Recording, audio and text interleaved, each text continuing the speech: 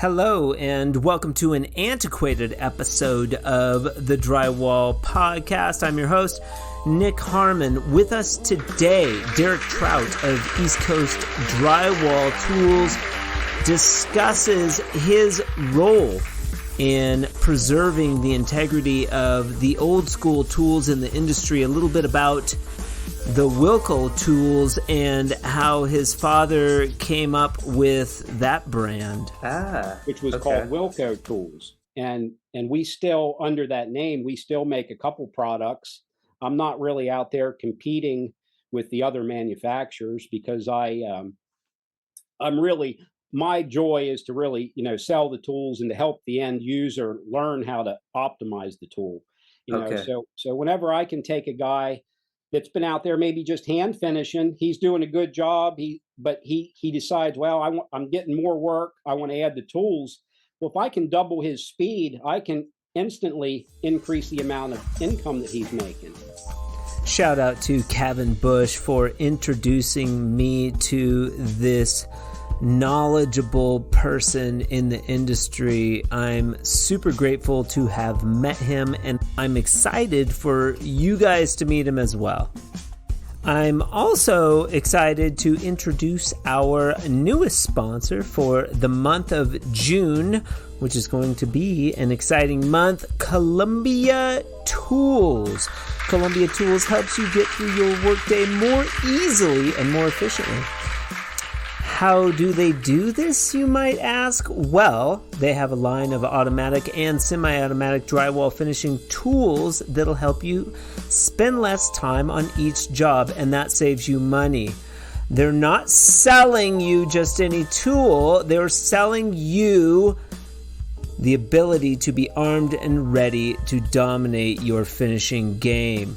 Columbia Tools is a family-owned and operated business that's been rocking the drywall finishing scene for over 4 decades. Manufactures commercial-grade tools right in Canada using cutting-edge machinery and all North American materials. I had the distinct pleasure of getting to interview Aaron and Elliot in episodes 23 and 26, a 2-part series on the Drywall Podcast, and I get to have the even more distinct privilege of interviewing Bernie, their dad, who founded Columbia Tools, live this month from Vancouver, BC. Stay tuned for that. Now, you have an opportunity to join the family as well. If you visit www.columbiatools.com or visit their Instagram page, TikTok page, and Facebook pages at Columbia Tools and check out their online community now. The Drywall Podcast was also brought to you by Fresco Harmony, making walls better since 2004, now available at csrbuilding.com. CSR is also giving away guests of the Drywall Podcast a sweet swag bucket, and we appreciate them for that. But for now, let's travel into the history of the drywall tools and beyond with our very special guest, Derrick Trout, on this, the 53rd episode of the Drywall Podcast. Let's get into it. Damn, that beard's impressive, sir. Well, whew, scared me a little bit there. I thought I was going to have to ask you for or tell you what I wanted for Christmas. Well, I always tell guys enough of the fat jokes when they tell me that, but then right. I've been trying to slim down a little bit. And what town are you in, Derrick? We are in Mechanicsburg, Pennsylvania. Mechanicsburg. What an interesting name. Kind of close to Harrisburg, between York and Harrisburg, Pennsylvania. That's okay. All right. And I'm a little off today, too. I went to my office and the internet was working. Normally, I have my office backdrop. So we have Derrick Trout of East Coast Drywall Tools, a 50-year-old veteran in the trade from Mechanicsburg, Pennsylvania. What do you want to know? And Kevin Bush, you know Kevin Bush. He's been on the show before.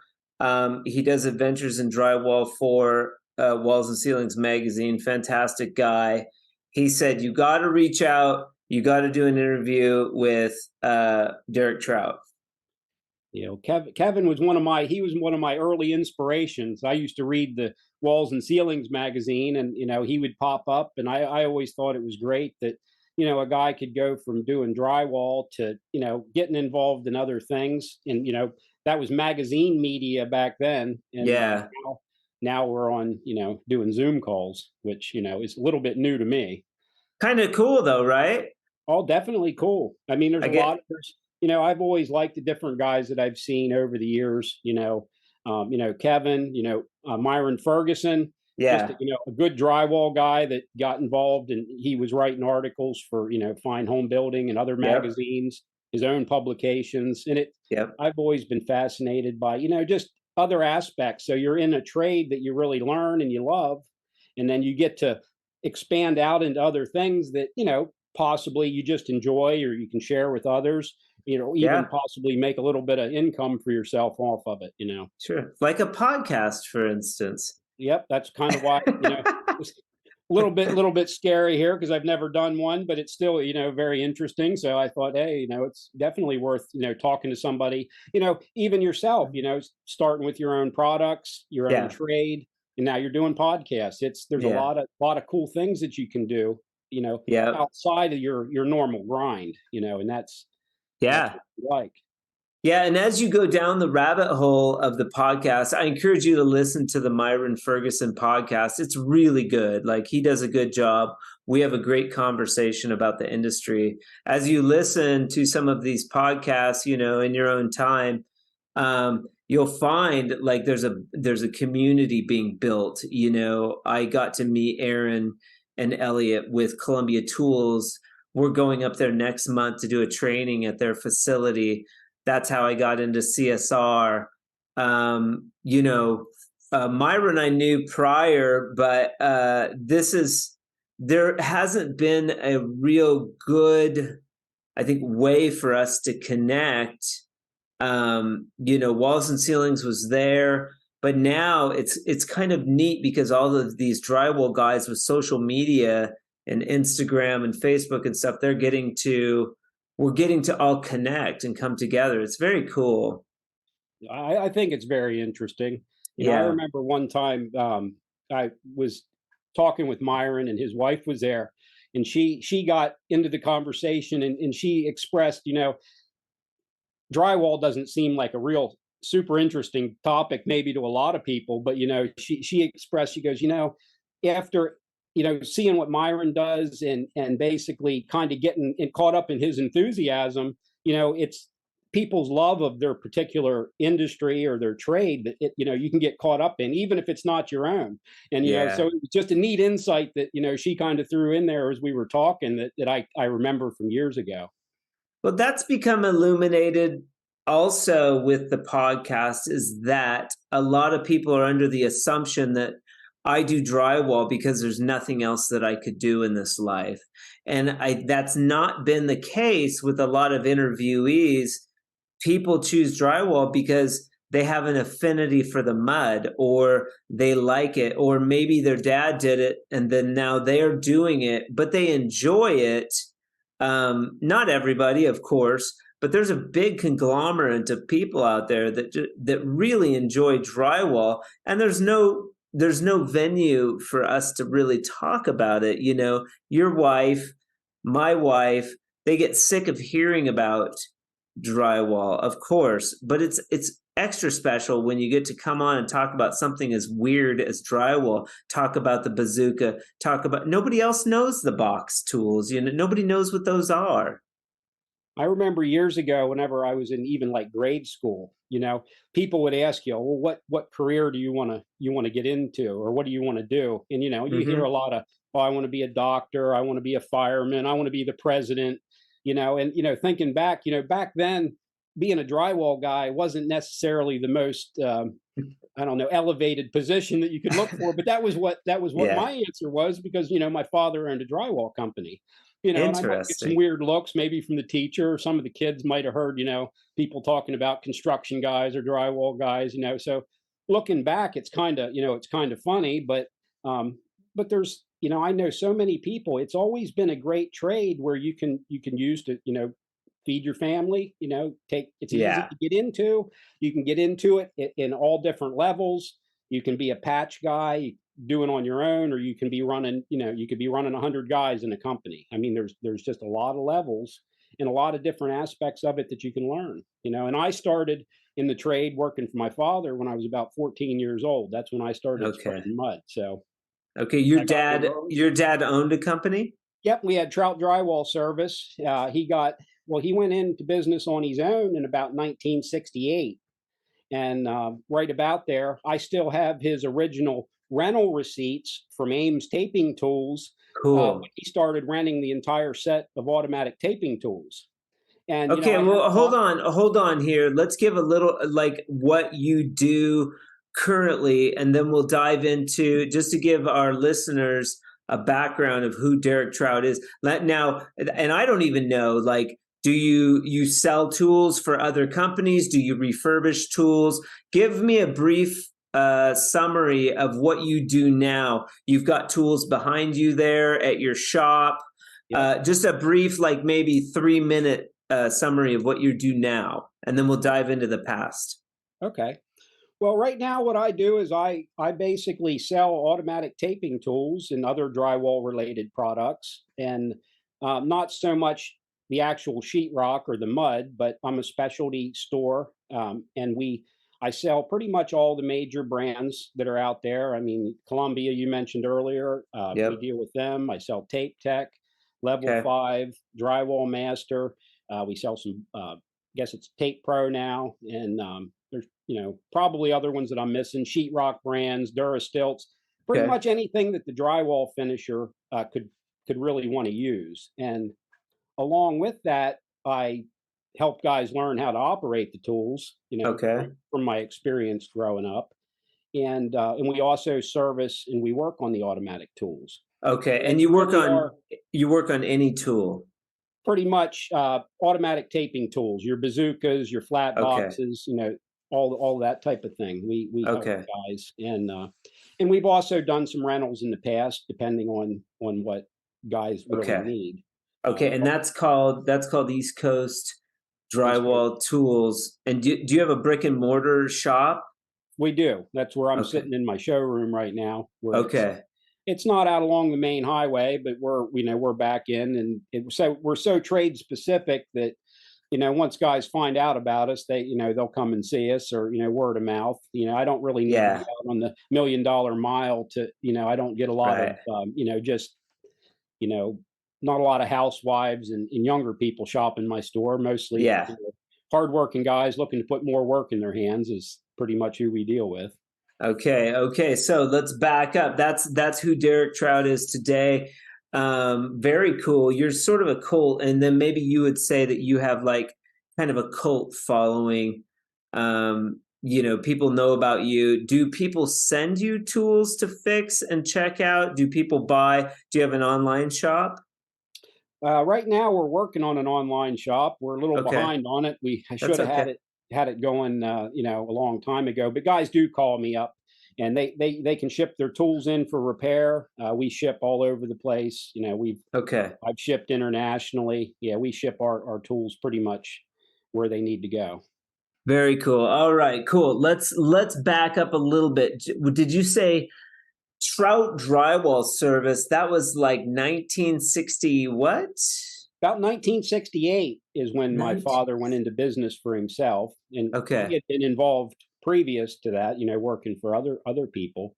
But he was early in using the automatic taping tools. I mean, there's a lot of people still, I hear it all the time, people don't even know these tools exist, or I see, conflicts going online, oh, Yeah. I'm old school versus, newfangled automatic taping tools. And I have Yeah. to say, well, sometimes I'll chime in, and, some of these taping tools, I think some of the earlier Ames patents actually go back to about 1939.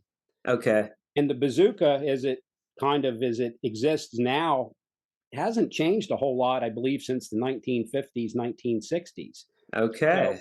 So, old school is, yeah, definitely pan and knife, but these automatic taping tools have been around for a long time.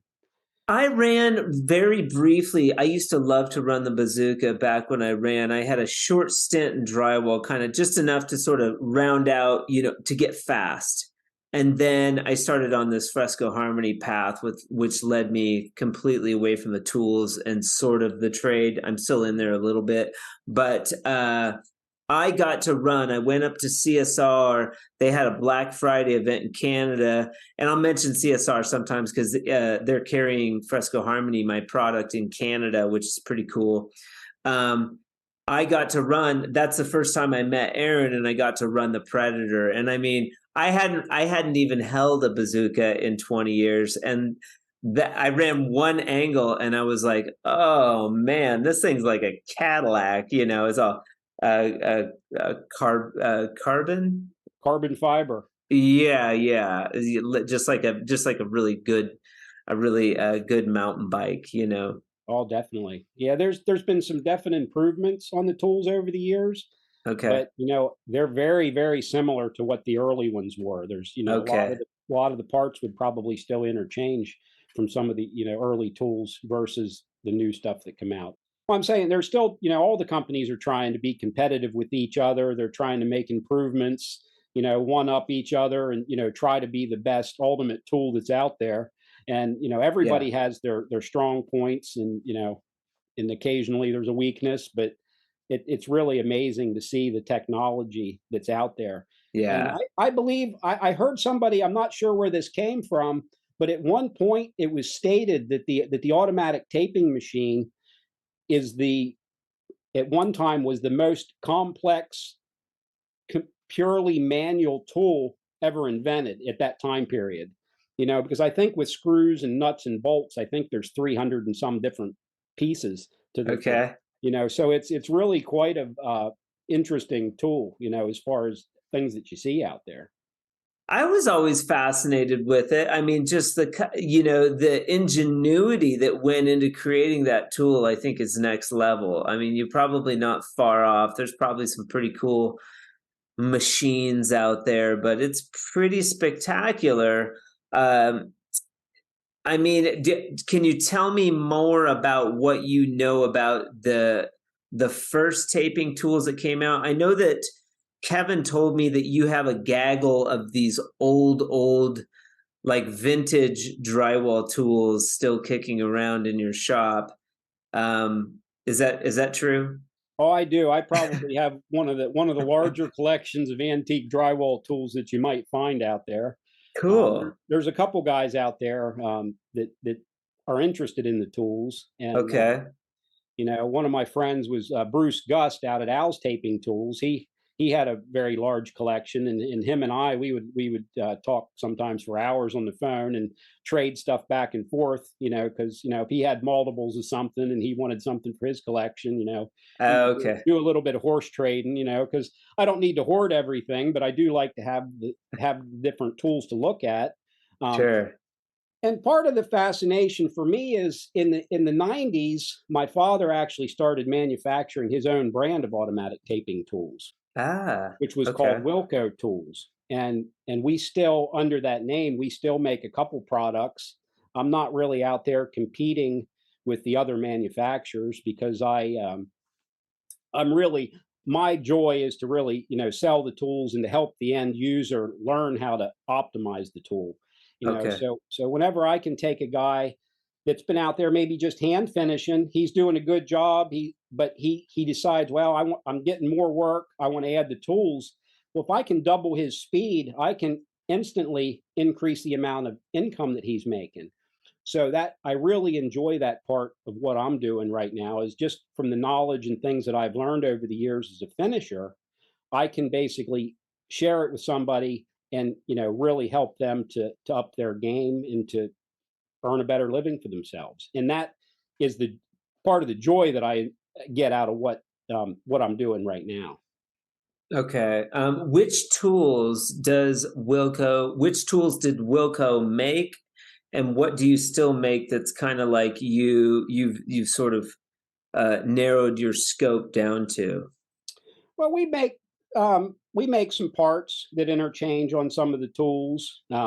Just parts we use for rebuilding older tools. Okay. Some of the parts that might have been discontinued, we still have the capabilities. We have a small machine shop where we can keep, if you have an older tool, you can't find parts for it anymore. Okay. We might either have it in our, I have like a small junkyard of tools where I can pull the old parts off of, or, Very cool. or I can possibly manufacture the part. I mean, we also make products for back blocking drywall for the drywall butt joints. Okay. Where that it'll recess the butt joint, and just a few things. Our main business right now is selling the retail of the automatic tools, and we're also we're also a waterproofing contractor. So my father started that in 1972, and we spray tar below grade on new foundations to waterproof the house before they backfill.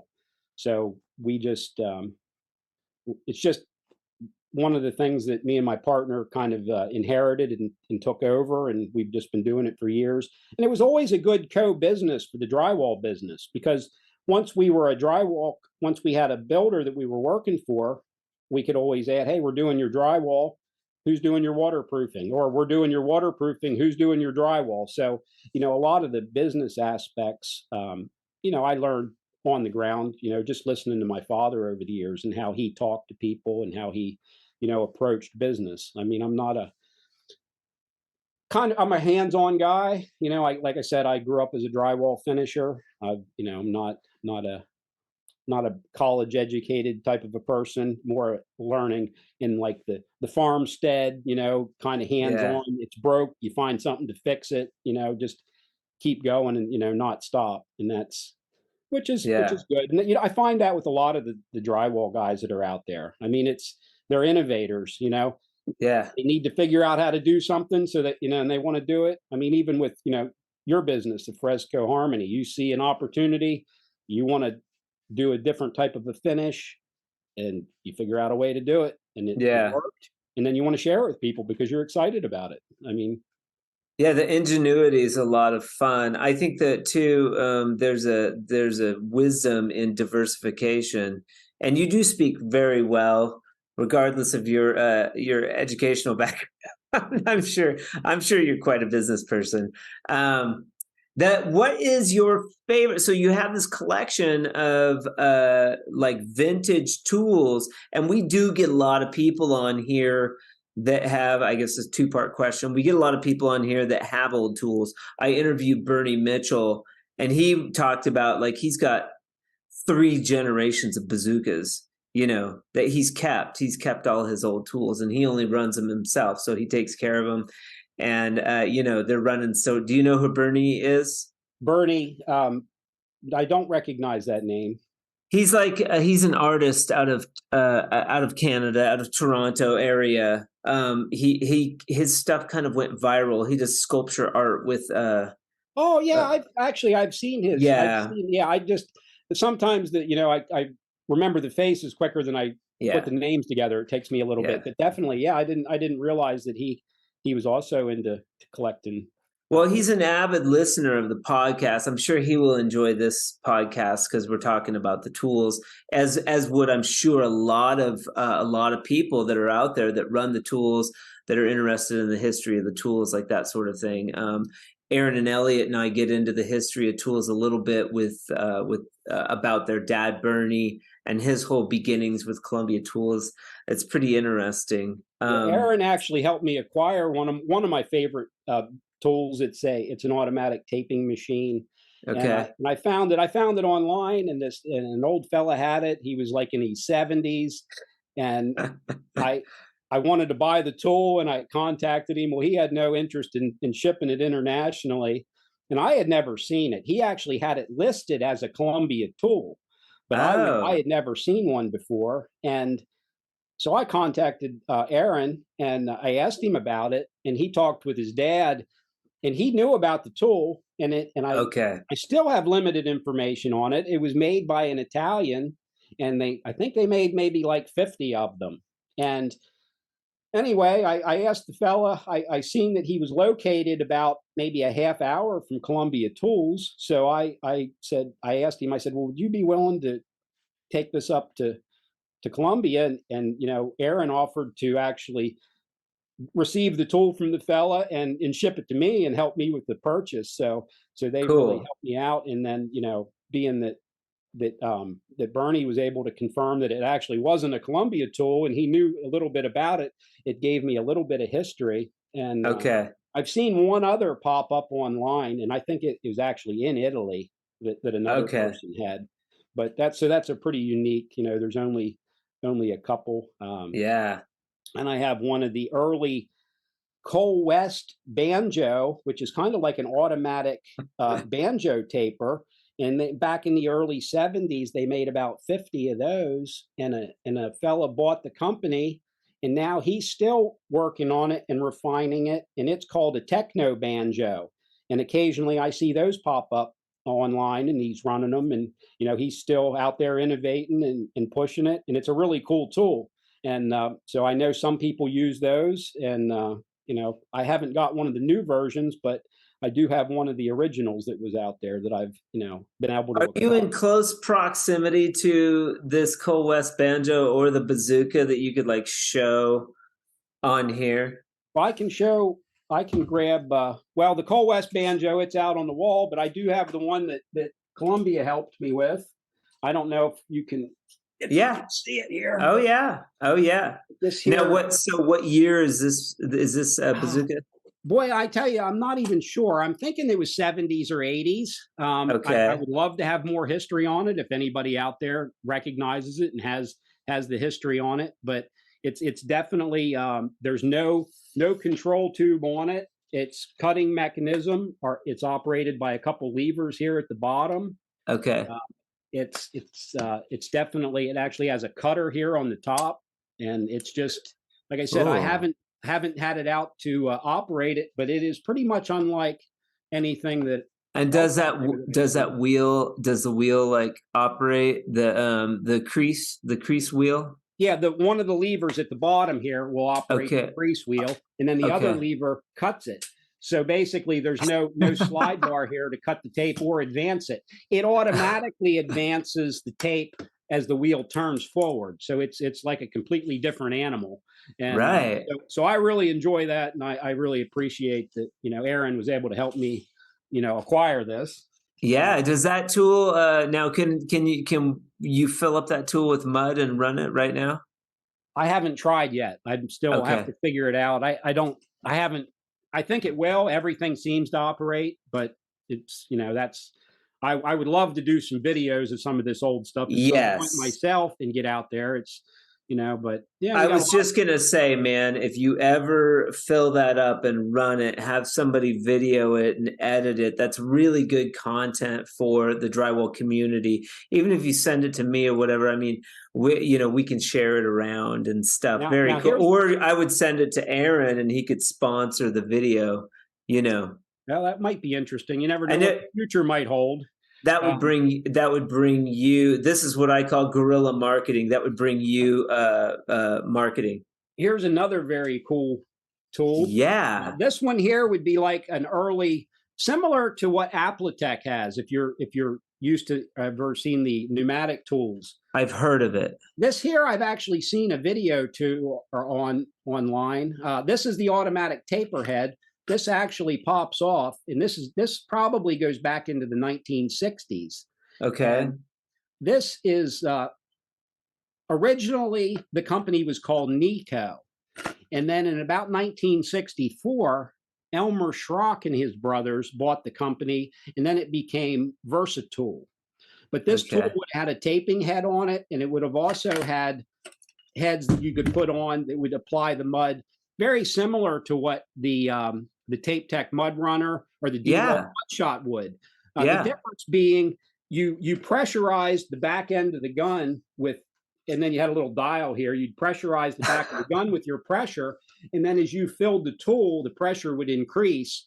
And then as you would pull it looks actually like bicycle parts here. As you pulled the trigger, then the mud would flow out. So this is a very cool thing. I've kind of like a precursor to the continuous flow sort of systems. Kind of. Now that you say that, though, the funny thing is one of the very first bazookas that came out from Ames was basically continuous flow. So the very first one, before the modern bazooka came out, where there were no hoses attached, it's funny how history is kind of cyclical, So basically, what they came out with first was a big hopper, and I think the hopper itself weighed about 80 pounds. And if I'm correct, the motor that drove the thing was basically off of a 1930s Chevy truck, if I remember correctly. Johnny Payne was out. He worked out at Drywall Master, and he also worked with the Ames brothers when they were first building their tools. So I was friends with him years ago, before he had passed away, and I'd ask him a lot of questions. I'd sit on the phone and I'd just pick his brain about all this old stuff, because the guys just aren't there anymore. It's so whenever I had an opportunity, and like Bruce Gust out at Al's, I mean, he was one of the first guys that was really promoting automatic taping tools after you could sell them, after it wasn't just rentals anymore.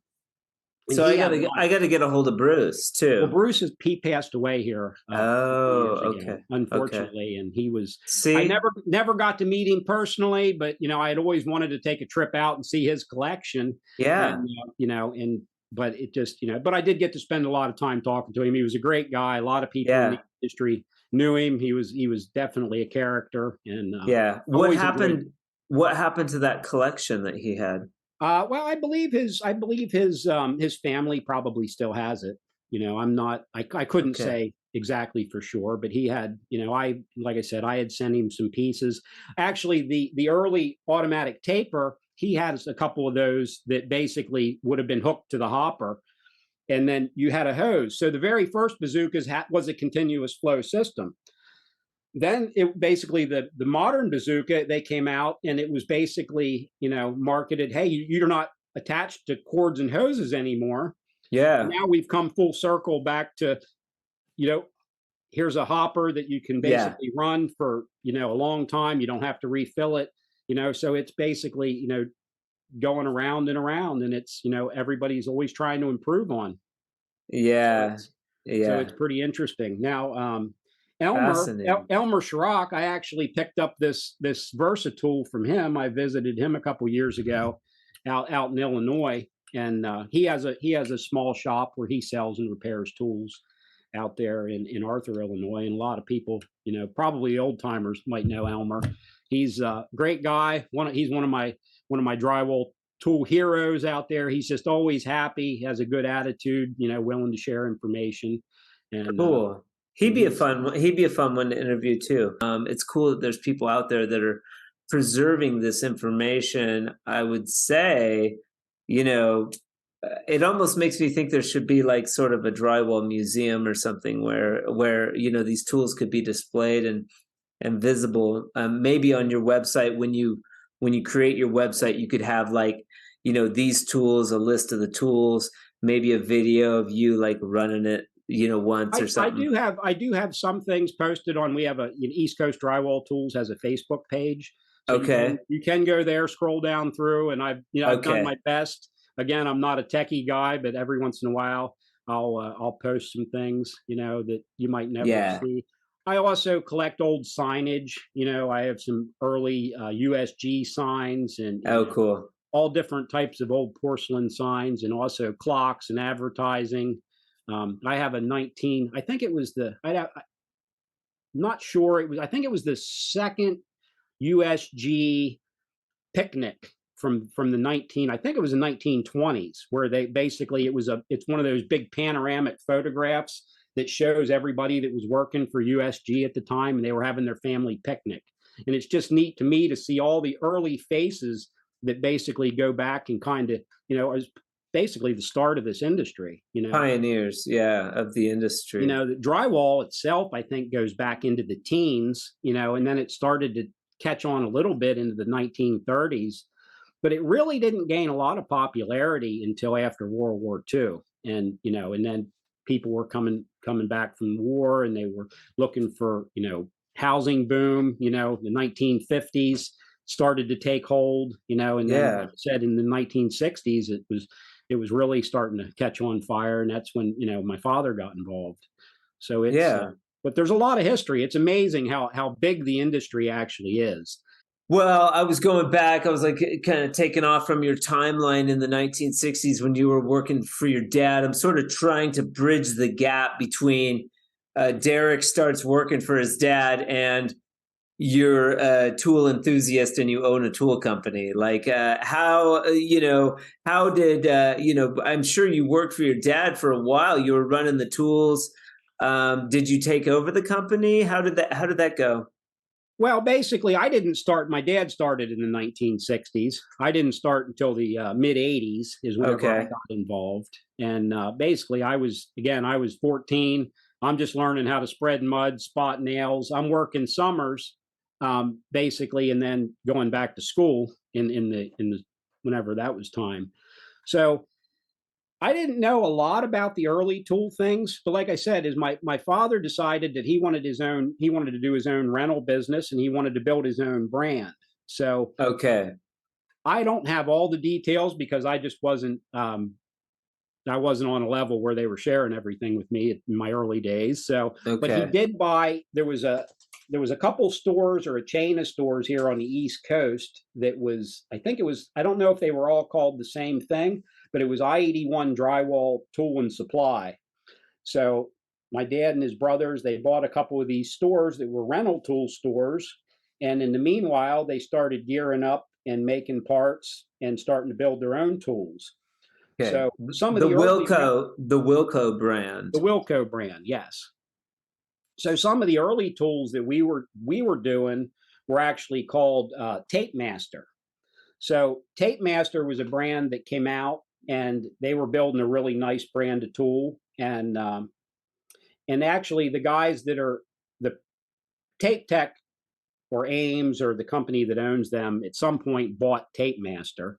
And basically, so there's a transition where the tools changed a little bit. But our early tools that we were renting that we started off with were a lot of the Tape Master stuff. And now, basically, the guys that are currently building the Drywall Master tools are the guys that were building the Tape Master stuff. Okay. So there's a lot of neat little nuances and changes that have happened in the industry. Yeah. Yeah. So basically in the 90s, after my father started building tools, we were still in the drywall business. So we were using that. We could go out and we were turning a lot of houses. So we always had a good platform to test new tools. So I would be given two of the things that I do a lot of work on are the angle heads and the bazookas or the automatic tapers. And the angle heads can be a little finicky to set up, but as we were learning to build our own, I would be given a handful of them, maybe 10 heads, and they would all be set up just slightly different. And they'd tell me, hey, take these out and run these, take notes, figure out which one runs best, which one leaves more mud on, which one leaves less mud on, and give feedback. So some of my early days, I was actually doing testing for the tools.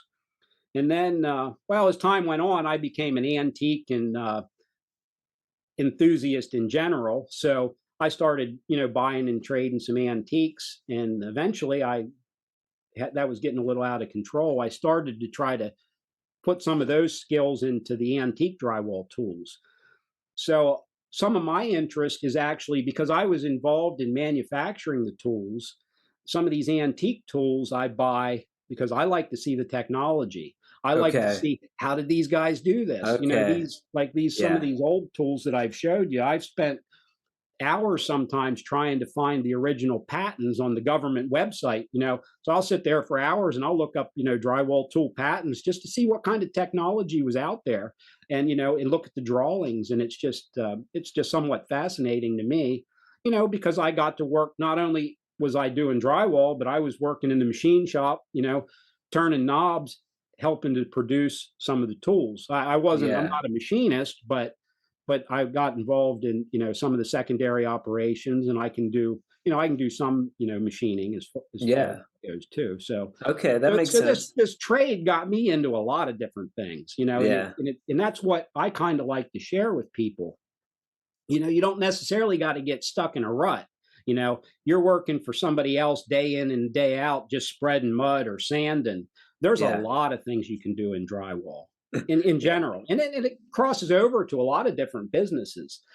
Just like I said, it's early on, I knew very little about computers, and my cousin taught me how to sell things on eBay. So I started selling antiques on eBay. So, and that one little thing there led me to a much larger understanding of technology, So even you're getting to talk to people and you're setting up podcasts. I mean, I'm sure you find similar things in your own life. Yeah, I mean, the website and marketing and the e-commerce side of Fresco Harmony, because that wasn't like, as a small business in this industry, it's hard for me to go to L&W, some of these big dogs, and they don't care, unless so people are knocking down the doors asking for your product, it's a little bit hard to, but like you hadn't heard of it or whatever, which is fine. I've been selling for 10 years. Like, it's interesting though. I can use this little thing called the internet and social media, and I can just post a picture on a drywall page that has 50,000 followers, and you're instantly connected to thousands of drywallers across the country. And then now all of a sudden, they don't need to go to a store. They can just order it right online. And I can, but like you're talking about, I had to learn about shipping. I had to learn about the internet. I had to learn about, this podcast opened up a whole Pandora's box of skill sets that's just phenomenal. I can interview anyone from anywhere in the world. It's pretty crazy and cool, but that one thing sort of blossoms onto another. I will say that as drywallers, you're a little bit more open-minded than most. We do tend to be a more closed-minded crew. And it's hard for some of us to break out, of those ruts. Well, that's now that you say that's a skill that I had to learn. Yes. So you're very true. Everybody is very, very narrow-minded. And so in my own, so I can remember back, maybe I was in my 20s when I would be here and I'd be selling tools, right? I would have a group of guys walk in the door, and they would be covered. They would have a lot of mud on them, right? And they'd be covered head to toe. And I'd ask them, I'd say, "Are you guys running the banjo? Are you banjo guys?" And they would laugh and they would look mystified. Yeah, how did you know that? And I'm just like, I'm just guessing. But to me, it was funny, and it was a little bit of a put down. Yeah. But what I learned later is, because basically we never ran banjos. I've never really operated a banjo, and it's a wonderful tool, and a lot of people can really go super fast with it. Oh yeah. So after that time period, I was looking through some videos of guys running these banjos, and man, they're boogieing along. These guys are flying with this thing. Yeah, and you'll have two dudes stringing and a couple of dudes wiping. Sure. It's so fast. I mean, it's never going to match. Now, there's people that'll argue this point. I think it's a little funny, but it's never going to match the speed of an automatic taper. No. But I thought, okay, well, there's no shame in this. These guys are doing good. So I started to come to the realization that what my job is and what it has become now is, I want to take a guy where he's at with his current knowledge, and I want to speed him up and help him to get a better finished product. So that became my job. So if a person wasn't ready to buy, spend $5,000-$6,000 on a whole set of automatic tools, but if I could take and I could show them a couple different techniques or a couple tools that were more in the budget, and I could speed them up, then once they had that down, they were coming back to me for the next level. So Smart. that's where I had to, I had to grow up a little bit and not, Yeah. You hook them with the nail spotter. Well, there's so many different things that you can do in this trade, and so many different ways to go about it. There's a guy, you can be driving a Chevette with a handful of tape and knives and trowels, and you can go out and do patchwork and earn decent money. Yeah. Or you can, like I said, or you can run a whole crew and you can be banging out taping 2 houses a day like we used to. Yep. So you can't. So for what I'm doing right now, I can't be stuck in a mindset. I have to be open-minded, and I was always exposed to all the newest, best stuff out there. My dad, if he saw it in a magazine, he was interested in it. He was like the first guy on the phone to find out about stuff. I remember back when they first came out with 54-inch wide drywall. Dad saw it it was either walls and ceilings or construction dimensions, and he's on the horn like that day, trying to find out how to get a hold of it. Oh, wow. And you couldn't get it east of the Mississippi River at that point unless you took a whole truckload of it. So he calls up his supplier and he says, hey, I want this board, get this in for me. And he said, well, the guy wasn't open to it. He's like, hangers aren't going to want that. That stuff's too, it's too heavy. Nobody's going to want it. So he went to his other supplier. He goes, get this in for me. He goes, well, I got to take a whole truckload. He goes, I don't care. I'll take the whole truckload. He goes, so basically they brought the truckload in. They delivered half of it to us. And, we burned through it. The hangers loved it. They had less cutting to do. We had less. We didn't. And now, stop me if I'm wrong. For the listeners that don't know, a 54, that would be for your 9-foot ceiling, so that you don't have a belly band. Correct. That is correct. Yep, you got it. So that belly band, typically, you ended up, whenever you would trowel your drywall, even if you were using automatic tools, typically you had to finish that band about 3 feet wide all the way around. And if the whole downstairs was 9 foot, well, you had that all the way around the whole entire house. From the bottom. So this 54-inch wide board was just a lifesaver. And anyway, he went back. We burned through all that, and he went back for his next half a load, and he said, "Oh, well, I already sold all that." And basically, we were off to the races. So basically, we were the first guys, east of the Mississippi. Well, and kudos to that supplier too for not being so damn resistant. It's not just the tradesmen in this trade. It's the damn suppliers. It goes all the way up, that resistance to change.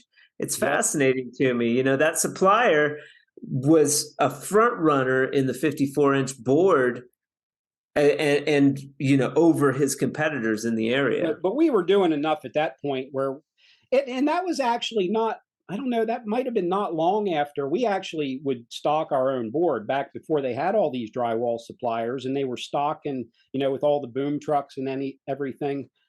In our area here, we were the second person to have a boom truck. So we had a 1968 Diamond Rio is what we used to stock the sheetrock. And then once the suppliers started coming in, and we were buying the board direct. We would have 6-8 tractor trailer loads of board show up here, and we had it stacked everywhere whenever I was a kid. Basically stacks of drywall is what I played on. That was my jungle gym. I was climbing up these 15-foot stacks of drywall and jumping from stack to stack. I mean, that's kind of what my life was as a child, and it's just so it's kind of it gets ingrained in your blood. And do you still have that 68 boom truck today? We do not. I wish I did, but I bet you do. The local scrapyard was using the boom on it. They may still have it, but somewhere I have on our old. We had Zippo lighters from 1970s. Basically that was a popular thing to give out. Yeah, and so I do have some of those with some pictures on it of the old. Oh, funny. Truck. So you guys gave out Zippo lighters, but everybody's probably smoked back then, right? Oh, everybody smoked back then. I mean, you got it. I mean, it's completely different world. Everybody smoked on the job sites. It was it was a very popular thing to do. And but things change. I mean, it's I mean, I'm glad I smoked for a while as a young guy, but that they gave that up a long time ago. That's smart. So cool. I appreciate your time coming on to the Drywall Podcast and talking to us about some of this old stuff. It's pretty cool, right? It's not so bad.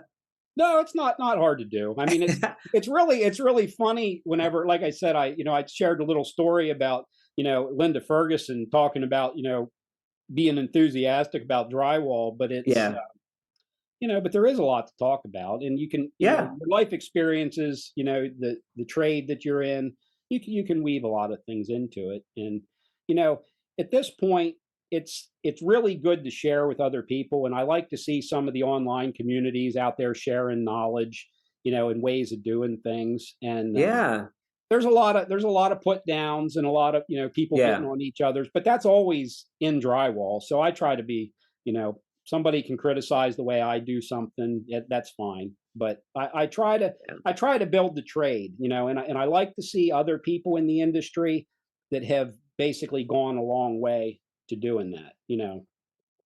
I've seen Level 5 tools. I've seen them come up over the last 20 years. I was at the drywall convention whenever Scott Murray first came out with these line of tools, 20, maybe 5 years ago. I'm not exactly sure, so I got to meet him a long time ago. The guys at Columbia, the drywall master guys, just, there's just so many, interesting characters in the trade.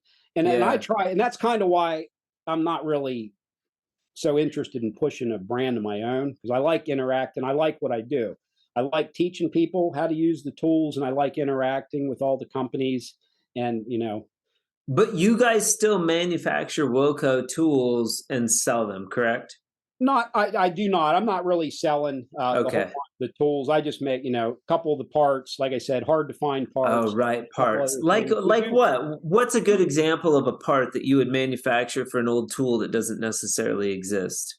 Well, some of the blades, some of the different. I'm trying to think off the top of my head what would work in them. I still have like the originals. I have some old school guys that like the original single-sided taper blades. Well, I think I'm pretty much the only guy that might have those. Now they're mid blade. There's just, and we do make a drywall sander where it basically is a dust free type of a drywall sander. We sell some of those. Okay.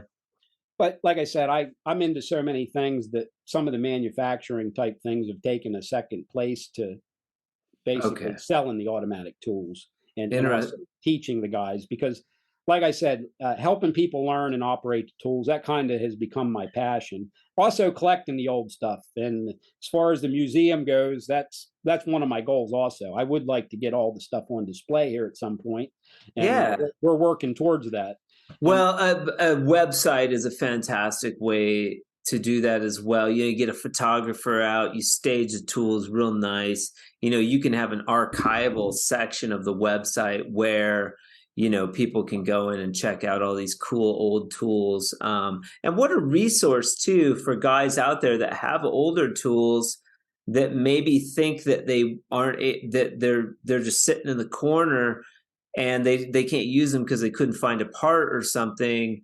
You've got Derrick Trout with East Coast Drywall Tools. You can call him up on the phone, I'm sure, and be like, hey, man, I got this old tool. Where do I send it, type of thing. Yeah, and if I don't have parts for it or you want something more modern, I do some horse trading. So if you have something cool that I want and you want a new bazooka, we can work out a deal. I mean, it's, we have all the good stuff here. I got a couple cool banjos sitting here that let's check them out. Might not have seen. And also too, because this is mostly an audio, it's mostly an audio version. Seeing some of these old cool tools, I'd have to splice these out and put them as like little vignettes onto the Drywall Podcast page. Just so you know, like. Oh, that's fine. I just you get a chance to see them, but this here is a very early banjo. I'm guessing probably from the 1950s. It weighs about 10 pounds. It's actually like a cast aluminum. I couldn't imagine actually using this, but it's just a really, really neat tool. And then and how does that work? Let's see it a little bit more there. So it's similar to a banjo. The tape sits in there. You just don't. It doesn't look like you have very much room for the mud. But it basically Okay. set up to operate. The adjustment on the front here, it's similar to what a new banjo would be. But just like I said, the handle's cast in place. Oh my It's gosh. just a beast, and Yeah. it was called a superior taper, and it was being sold by Goldblatt back in the day. Interesting. Now here's another. Interesting. This is an interesting one here. This was told to me that this was an early prototype made by Ames Taping Tools. Now I Okay. tried to verify it. The person I got it from was an antiques dealer, and he got it from an old guy that gave him the story. So I'm almost certain that it's true. But it's all riveted construction. Everything does look to be made as a prototype. I've never seen these in production anywhere. This is the only one that I've ever seen. Well, there's probably someone at Ames that you could get in touch with that could verify. I'm sure. It's possible. I asked Johnny Payne about it, and he said he didn't remember seeing it in the early days, but it was definitely, he could see it was definitely handcrafted, and oh yeah, and it probably wouldn't have surprised him. So. That thing's a dinosaur, man. So I'm always looking, and I these things are far and few between. My customers have brought me some things. Some of them will just give them to me just so I can put them on display, or I purchase them too. If people have any interesting old drywall related memorabilia, I'm always looking. So for sure, if you're out there listening and you have some cool old drywall stuff, I'm sure that Derrick would be interested in talking to you about that as well. I was gonna do Rick Moore was gonna be my first episode. He does drywall hand finishers. Okay. Yeah, he was getting picked on the Drywallers Worldwide Facebook page. Do you go on some of the Facebook pages? Oh yeah, yes I do. I check them out. So he was getting picked on a little bit. So he went over and started drywall hand finishers, because he's a hand finisher. He's like, hey, screw you guys. I would finish them by hand. I can go faster than you tool guys any day of the week, blah, blah, blah. And so he went over and started hand finishers page. And now, of course, they get into debates about tools over there. They're like, hey, this is a hand finishers page. Get out of here. Get out of here with your box tools. He likes old tools too, though. I've seen some of the old tools that he's posted.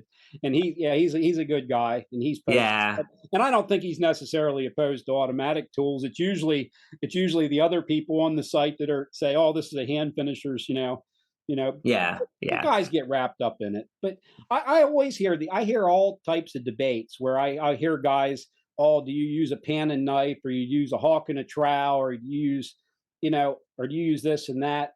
And in my experience, we basically had to learn everything. So we used pans and knives for certain things. We used hawk and trowel for certain things. So, I learned basically all the hand aspects of it, and if it's going to be your career, you should really be a good hand finisher along with the tools. And in the end, if you know what you're looking at, you're going to get the professional results that you're looking for.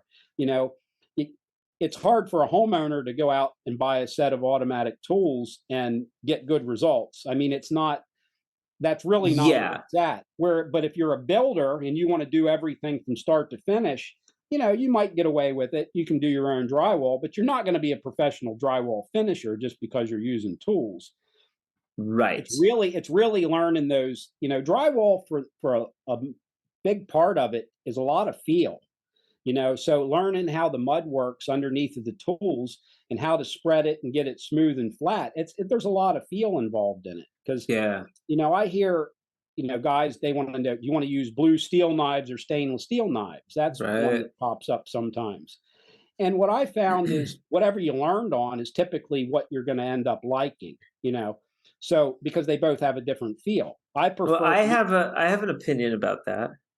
Go ahead. What's your opinion? Well, there's a couple of schools of thought there. Early on, when I was using stainless, the bigger knives would wave. I noticed, and then the blue steel would keep its shape a little better.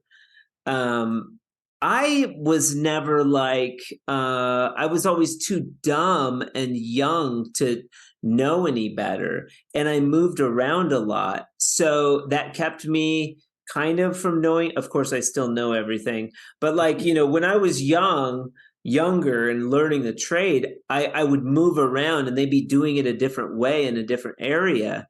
And so I would just adapt to what they were doing. And I had a boss when I moved to Crested Butte they were doing a texture with a pool trowel and a hawk. And I had never, I was like, this is what they're doing. I may as well get this hawk and this pool trowel and start doing this texture. And, now I can use a hawk and trout and a pan and knife. If I'm finishing corner bead or something like that, I would probably use a pan and knife, if I have my druthers. But that's, and now we use stainless steel pool trowels because the shank, you have less distance. That pool trowel, if it's stainless, first of all, the sealer that we use is acrylic, so it cleans off the stainless better. Blue steel will rust. And then when you're doing color, because color is a whole new world.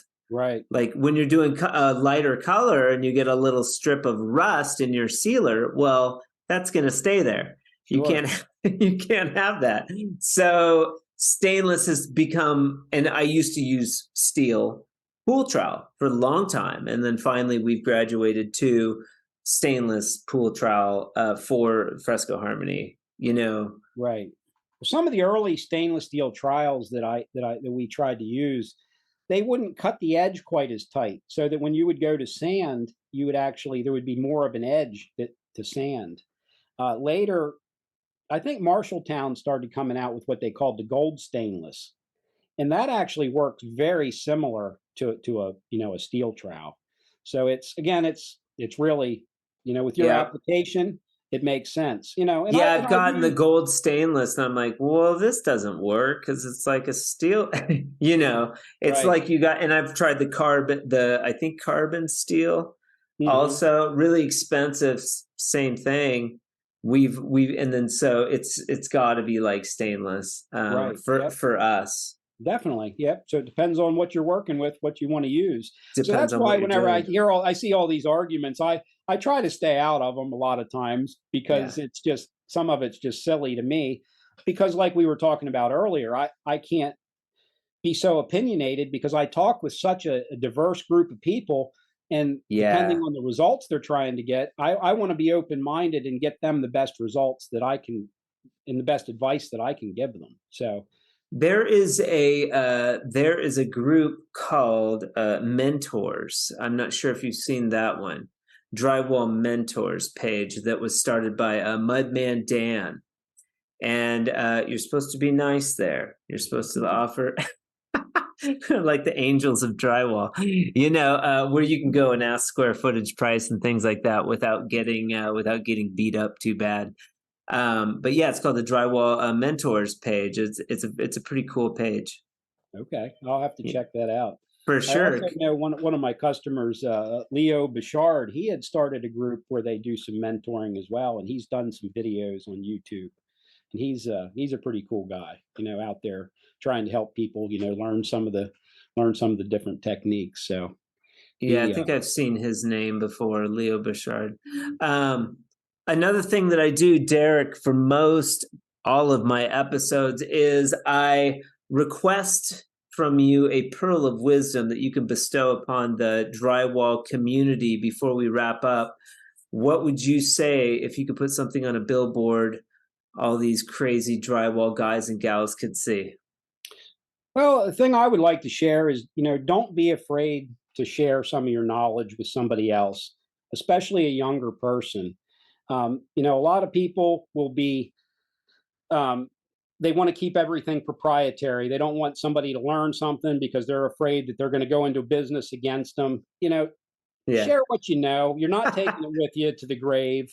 And I've never found that it comes back to bite me too much. I've helped guys learn how to repair tools, even though, that's the business I'm in. If I see a spark that somebody's going to be doing a good job, or they're going to be, bringing something positive to the trade or to the world in general, go ahead and share. You don't, just, be kind and share what you know. And that's kind of the point. And that's part of the reason that I enjoy what I do now, is because I can take my past experiences and I can help somebody move beyond what they're doing at this point.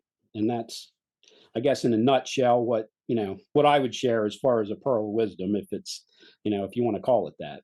Beautiful. And where do you see this drywall, this East Coast taping tool, East Coast Drywall Tools thing going? I mean, is there an end game here? Or you just you enjoy what you're doing? You're just going to keep doing it as long as you want. Well, I mean, I don't know about an end game, but I want to continue to share and teach people. I mean, ultimately, as I teach one person and it expands out, that's how the world grows. That's how we become better at anything as a society. So I'm taking my own little corner of the world and trying to improve it. That's it. I would like to expand out, and I'd like to do some instructional videos at some point if I get to. I would love to, set up a little operation where I can just share, just some of the basics, and it's not that big a deal, man. You could set up your computer just like you're doing right now and have a little 2-minute, like let's say, a cutter blade, suggestions, that would be a really simple 1 minute, here's some tips that I've found. Hey, this is Derrick Trout from East Coast, we're just going to talk to you for a minute here about the cutter blade and how to preserve the life of your cutter blade. That's one thing. Little bit of inspiration, that goes a long way. I mean, it's really, you encouraging. I mean, you're doing your podcast. You figured out how to get on video, telling somebody else they can do it. Sometimes it only takes a little nudge to help somebody get them. Well, there's this idea that it has to be perfect before I do it. And it's like, dude, just put a video camera in front of you and film the damn thing and throw it up. I have to admit, I get stuck in that rut myself. You want everything, all your ducks in a row. And, even talking to you, being, like I said, I'm not the young, I'm not the 20-year-old that's wrapped up in the social media, has been born into it. It was new. I remember, it was funny when I was in high school, I remember being in my history class, and a buddy of mine, his dad was super smart into early computer stuff. And he had written a report, and you had to list your references. Well, he listed the internet as a reference. Well, nobody knew about the internet. Yeah. And they're like, what is this? And back then it was starting to gain its popularity because, the Grateful Dead they were acquiring their tickets and setting up their shows. And they were like one of the first people that were actually making use of the internet. And now we're here. We can, it's like Star Trek, man. Bring it up on the screen, and you talk face to face, and it's cool. And I'm recording it. I'm recording this entire video. I probably won't save. I'll save the video in its raw format.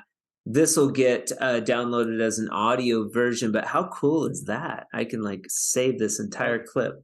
It's a really cool thing, and it is. And it's nice that you can document some of it, and that people care.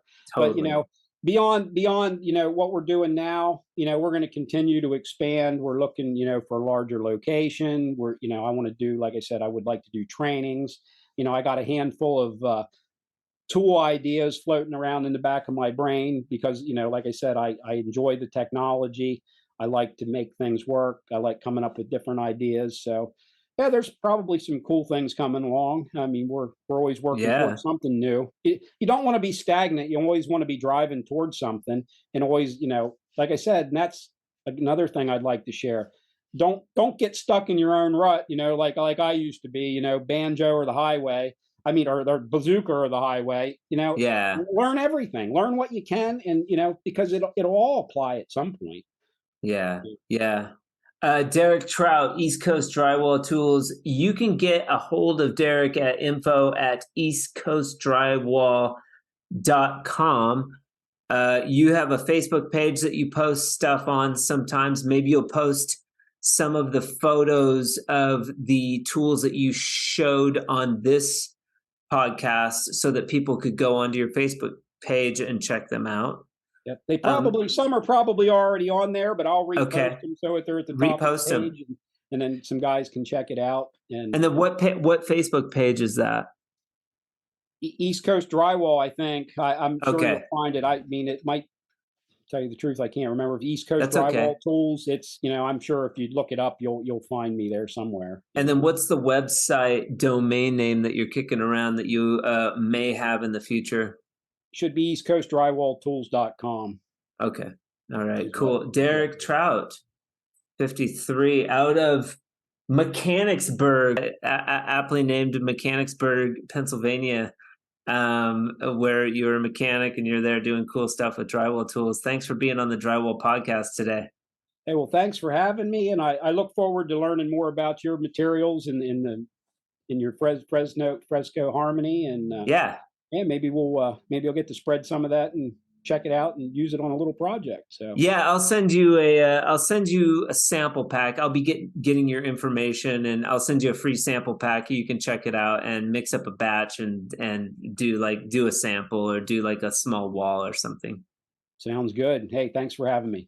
All right, sir. Have a good rest of your day. We'll talk soon. You too. Take care. All right, bye. Special thanks to Derrick Trout of East Coast Drywall Tools for being on the Drywall Podcast with us today. Check out their Facebook page. It's very cool, and you can see a lot of the vintage tools discussed on this episode of the Drywall Podcast there. Shout out to Columbia Tools for sponsoring the month of June on the Drywall Podcast. Here's the deal, folks. They don't just talk the talk, they walk the walk. At Columbia, customer satisfaction is their battle cry. Their top priority is to give you a grade A experience from start to finish. Got a question, got a concern, anything, they're ready to help you out. So if you are ready to step up your drywall finishing game and unleash the fury of Columbia Tools, visit their website, www.columbiatools.com, or Instagram, or TikTok, or Facebook pages, and check out the online community now. The Drywall Podcast can be listened to every Friday with a new episode on your favorite platforms such as Podbean, Apple Podcasts, Spotify, and also YouTube. The Drywall Podcast was also brought to you by Fresco Harmony. Fresco Harmony, making walls better since 2004, now available at csrbuilding.com. Shout out to CSR for giving each guest of our Drywall Podcast a sweet swag bucket to have and hold and love and all that good stuff. Thank you so much for joining us on the Drywall Podcast today. I hope that all of you have a fantastic weekend, and remember, keep drywalling.